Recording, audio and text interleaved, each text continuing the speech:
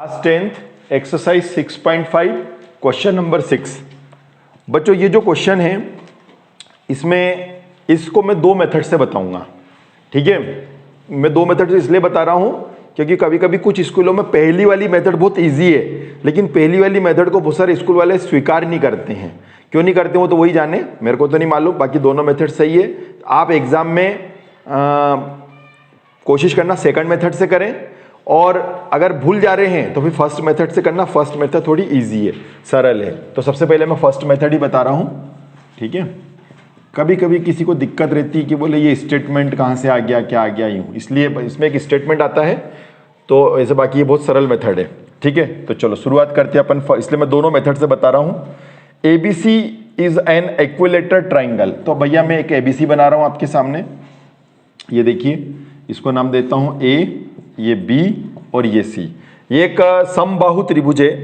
ठीक है, और इसकी ईच साइड है 2a। ये 2a, ये 2a, ये 2a।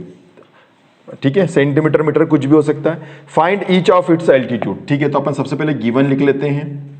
गिवन में लिखते हैं triangle ABC is an equilateral triangle. ठीक है, त्रिभुज एबीसी एक समबाहु त्रिभुज है। ठीक है, यह है एक आपका समबाहु त्रिभुज। ठीक है, समबाहु का मतलब समझते हैं आप, इसकी तीनों भुजा आपस में बराबर होगी। मतलब इक्विलेटरल है तो ए बी, बी सी, ए सी, तीनों ही 2a यूनिट। क्योंकि उसने सेंटीमीटर मीटर कुछ नहीं दे रखा तो मैंने यूनिट लिख दिया। ठीक है, चलिए गिवन हो गया आपका।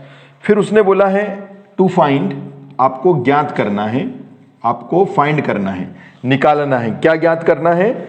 इट्स एल्टीट्यूड्स, है ना। इसकी एल्टीट्यूड है तो एल्टीट्यूड ये बना देते हैं अपन, है ना। ये एल्टीट्यूड है। यार ए थोड़ा सा ऐसा लग रहा है, ऊपर लिख दो तो ज़्यादा अच्छा लगेगा, दिखने में शो अच्छा लगता है उसका। ए का मान सम्मान अकेला बड़ा है ना, इसलिए। तो एल्टीट्यूड्स तो बच्चों एडी भी होगा, इधर बी भी होगा, सी एफ भी होगा, लेकिन क्या है कि तीनों एल्टीट्यूड आपस में इक्वल होंगे, इसलिए अपन एक ही निकाल लेंगे तो तीनों निकल जाएंगे। तो अपन यहां लिख देते हैं एल्टीट्यूड, एल्टीट्यूड मतलब शीर्ष लंब। तो शीर्ष लंब हो गए आपके एडी, एडी का, है ना, शीर्ष लंब एडी की वैल्यू निकालना है आपको। ठीक, अब आ जाते हैं हम प्रूफ के अंदर, है ना। दोनों मेथड में गिवन और ये तो आएगा ही आएगा। अब फर्स्ट मेथड में स्टार्ट कर रहा हूं। फर्स्ट मेथड में क्या बोल रहा है वो देखिए। वो ये बोल रहा है कि ये जो इक्विलेटरल ट्राइंगल होते हैं ना बच्चों, इस इक्विलेटरल ट्राइंगल का जो एल्टीट्यूड होता है, मतलब ये जो शीर्ष लंब है, ये शीर्ष लंब क्या करता है? अपोजिट साइड को या अनदर साइड को बाइसेक्ट करता है, बराबर बराबर हिस्सों में बांट देता है शीर्ष लंब। जबकि ये काम किसका होता था? ये काम होता है माध्यिका का, मीडियन का। माध्यिका का काम यही होता है ना, सामने वाली भुजा को दो टुकड़े कर देना, परिवार के दो टुकड़े करा देना। किसका काम होता है? मीडियन का होता है। लेकिन एल्टीट्यूड का ये काम नहीं होता है, लेकिन इक्विलेटरल ट्राइंगल के अंदर एल्टीट्यूड का ये काम होता है कि क्या करता है वो? 90 डिग्री का कोण भी बनाता है, और सामने वाली जो साइड होती है अपोजिट साइड, मैं सामने वाली बोल रहा हूं क्योंकि ए के सामने या बी सी है। जब आप बी से एल्टीट्यूड डालोगे तो ए सी हो जाएगा, और सी से जब आप एल्टीट्यूड डालोगे तो ए बी के दो टुकड़े कर देगा। ठीक है ना। तो तीन एल्टीट्यूड होते हैं, अपन ने भी कौन सा लिया? एक ही एल्टीट्यूड लिया, है ना। तो एक लोगे तो बाकी सारे अपने आप ही आ जाएंगे, ऐसी कैसी।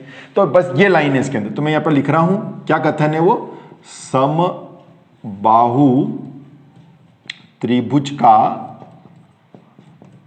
शीर्ष लंब अन्य भुजाओं को क्या करता है? बाइसेक्ट करता है, मतलब समद्वि भाजित करता है। ठीक है, इंग्लिश में लिख देते हैं altitude of equilateral triangle bisect other sides, है ना। ये जो एल्टीट्यूड है ये दोनों के बाइसेक्ट कर देता है, दो टुकड़े कर देता है। मतलब ये हिस्सा भी ए हो गया और ये हिस्सा भी ए हो गया। ठीक है, ये हो गया। तो इसका मतलब क्या हुआ कि बी डी और डी सी ये दोनों आ गई ए, आगे लगा दो यूनिट, यूनिट का मतलब सेंटीमीटर, मीटर, किलोमीटर कुछ भी आ सकता है, ये यूनिट आ गई। तो बीडी और डीसी के दो टुकड़े हो गए, ये फर्स्ट मेथड है। तो altitude of equal triangle bisect other two sides, दो इक्वल पार्ट्स में डिवाइड कर दिया, ठीक है। बस अब आपको मालूम है 90 डिग्री है, अब यहां लिखेंगे in right triangle ADB by Pythagoras theorem, ठीक है। समकोण त्रिभुज एडीबी में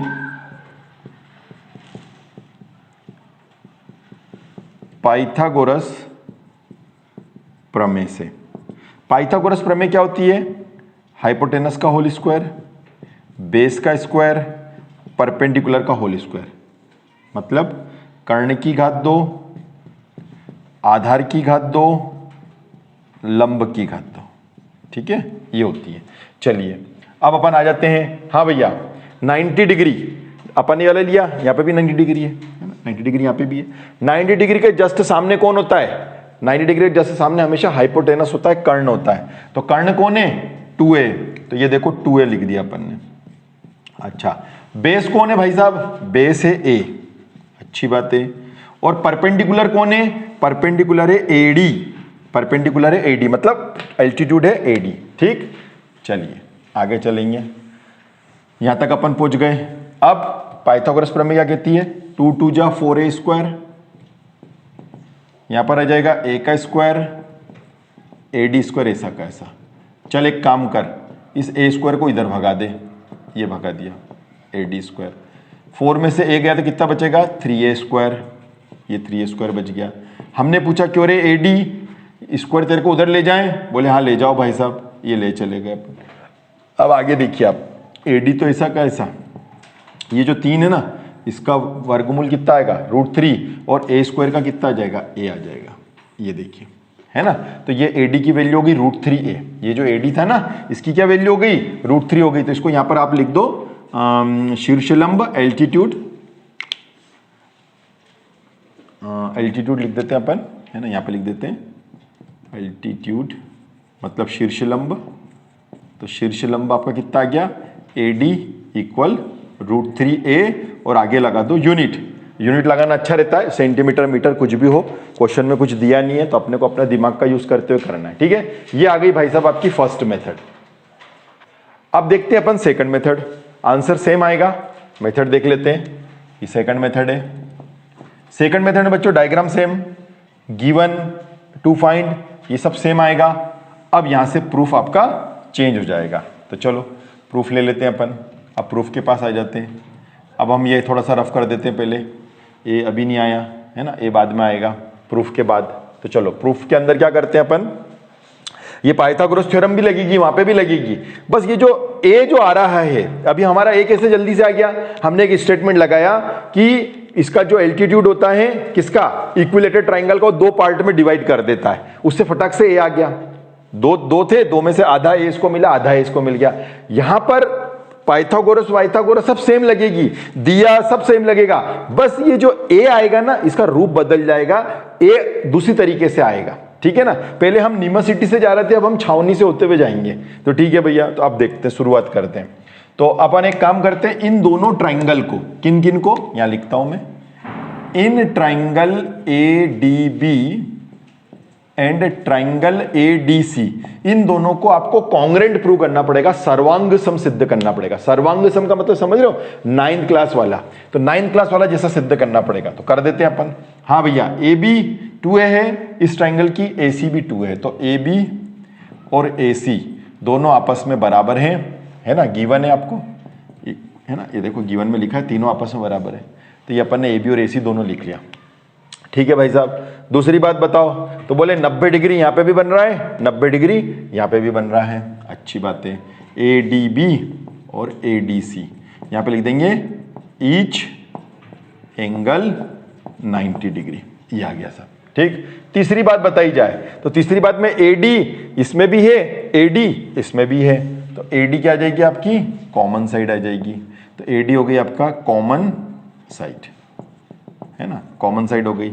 इन तीन तमाम बातों से हम इस नतीजे पे पहुंचे हैं कि ये जो ADB है, यह एडीसी के कॉन्ग्रेंट प्रूव होता है। रूल है आरएचएस रूल, ठीक है। आरएचएस रूल का मतलब समझते हो? आर का मतलब होता है, पहले इंग्लिश में, आर का मतलब होता है राइट एंगल, एच का मतलब होता है हाइपोटेनस, और जो आपने साइड ली है, साइड कौन सी ली थी अपन ने? एड। ये देखिए हमने लिया था आर, आर मतलब 90 डिग्री का कोण, एच मतलब कर्ण, ये कर्ण था आपके सामने हाइपोटेनस, और एस मतलब ये भुजा ली थी आपने, ये भुजा।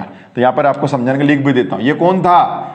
ये था आर, ये कौन था? एच, और ये कौन था? एस। ये परीक्षा में मत लिखना, ये तो मैं समझाने के लिए बता दिया, ठीक है।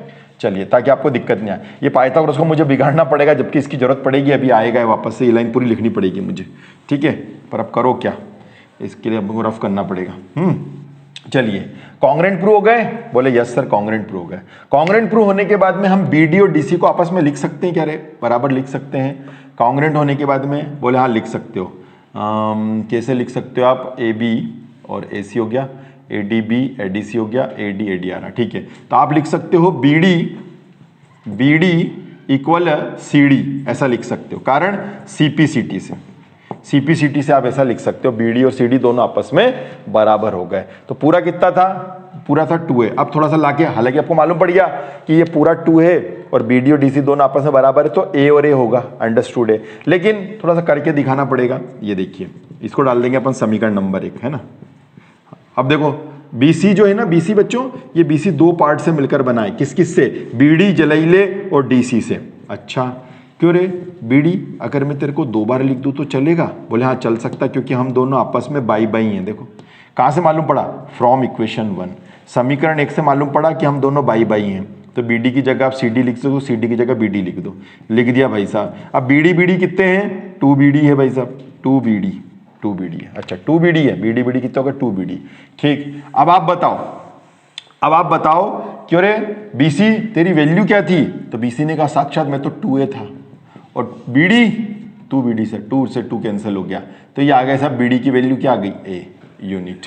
देखो वहां पर एक स्टेटमेंट से लाइन आ गई थी, अब जाकर के a आया है यहां पर, अब आया a। ये देखिए बस a आ गया, बस अब तो पाइथागोरस थ्योरम लगानी है आपको। कौन सी थ्योरम लगानी है? Pythagoras theorem. तो यहां लिख देते हैं in right triangle ADB by Pythagoras theorem. अब हिंदी में नहीं लिख रहा हूं, वही का वही है जो मैंने फर्स्ट मेथड में बताया, डायरेक्ट कर देता हूं। हाइपो का स्क्वायर, बेस का स्क्वायर, परपेंडिकुलर का होल स्क्वायर, वही की वही लाइन आएगी सेम टू सेम। 2a का स्क्वायर, a का स्क्वायर, परपेंडिकुलर है ad का स्क्वायर, ठीक है। 2 2 जा 4a square, a square, ad square, ठीक है। चल भैया a स्क्वायर भाग जा, तो ये a स्क्वायर भाग गया, ये देखिए भाग गया, ये स्क्वायर बचा, ad स्क्वायर ऐसा का ऐसा। अब बचेगा क्या? 4 में से 1 गया तो 3a स्क्वायर। अब देख ये घात 2 उधर जाएगी तो रूट बन जाएगी, तो ये रूट बन गया, और रूट से जैसे ही बाहर आया तो 3 का तो वर्गमूल निकलेगा नहीं, a का वर्गमूल निकल गया a, ये आ गया सर। ad की वैल्यू आ गई, माने एल्टीट्यूड की लंबाई आ गई √3 है। ये वाली प्रोसेस पूरी सेम है फर्स्ट मेथड से, बस मैंने जो लाइन बताई थी अलग से वो बता दी आपको, ठीक। Thank you.